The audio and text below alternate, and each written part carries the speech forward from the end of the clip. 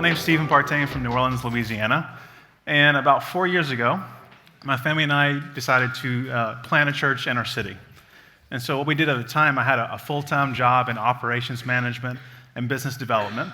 And so really just moved into a neighborhood and decided to have a missional community, get to know people, and just reach as many people as we could on the ground in real life. And so never thought it would be anything large, other than just a neighborhood missional community.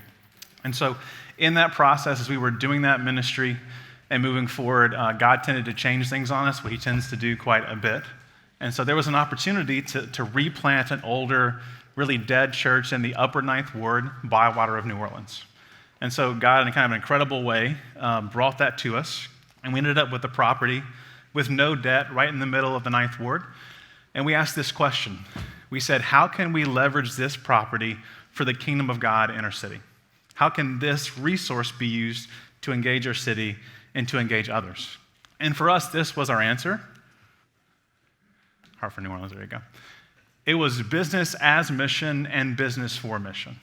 So we felt called to start a missional business in this space that would be business as mission. It would operate as a part of our mission to the neighborhood, but also would set the stage for business for mission, to build relationships, to share the gospel, and to dig deeper into everyday people in our neighborhood and their lives. So we believe this, that financial subsidy and missional outreach don't have to be separated.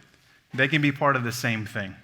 And so in a missional business and in this call, we felt like we needed to put those two things together to engage our city. And so we got some friends together. I worked in the nonprofit world beforehand, and so I met with my friend Kayti Williams, who has a restaurant called Koreal, which is Korean and Creole fusion food. If Jesus made food, he would make Korean and Creole fusion food. I also met with my friend Zada. She has Miss Gloria's Kitchen, which is incredible vegan food, which I did not know existed until I ate it from Zada. And we sat down together and we said, we have this property that God gave us in a miraculous way. How can we leverage it for the kingdom? And in our city, the food and the culture of New Orleans is unlike anywhere else. It's incredible. But the people that made the food and the culture of New Orleans are mostly people of color in our neighborhoods, the 7th, 8th, and 9th wards. And they don't have access or opportunity to be able to profit from the culture and the food that they actually created. And we said, what if our church took a step to leverage this space to create something that we want to call Grace in the Bywater? It's a space that's for the renewal of all things. And really, Grace in the Bywater is this. It's a concept called community kitchen share, okay? Community kitchen share. And so what we're doing is we're raising money as a church to renovate this space into a brand new commercial kitchen. So fully functioning commercial kitchen with an indoor seating space, with an outdoor patio, and a massive back lot, huge green space in the middle of this neighborhood. Like just behind us, they had a $50 million condo development in this space. We have this green space that doesn't exist in our part of the city. And so we decided, let's build this space out, and what we're gonna do is create super affordable day rates for entrepreneurs, food entrepreneurs in our city. And not just affordable in name only, but rates like $50 a day for full access, $100 a day for full access for them to use this to be able to build their business, to be able to build their brand, to get exposure, to do pop-ups on the back lot, to get exposure in the city so they can go on to hopefully Magazine Street or downtown in the quarter and build a business that would help their family flourish and help build wealth back in those neighborhoods. And so God did a pretty incredible thing so far. He's brought that team together. And so we've been able to raise about 90% of the money we need to finish the project. It's pretty cool. If you can't tell, I'm a white guy. And our neighborhood is very diverse. And most of our staff that came together, I said, it has to be at least me, but it can't be more than me. And God has brought a diverse team together to make this a reality where this space is not just for the new, young, cool white hipster in our neighborhood, but a space for everyone in our neighborhood. They can feel at home and feel a part of what we're doing. And so this is what I hope will happen, is that we build out this missional business and others long-term with this community kitchen share. And my hope is to subsidize 100% of salaries and of utilities at our space. We're a small church, small community church. I want to subsidize all of that so we can tell people that all the money you give doesn't pay my salary and doesn't cover a light bill.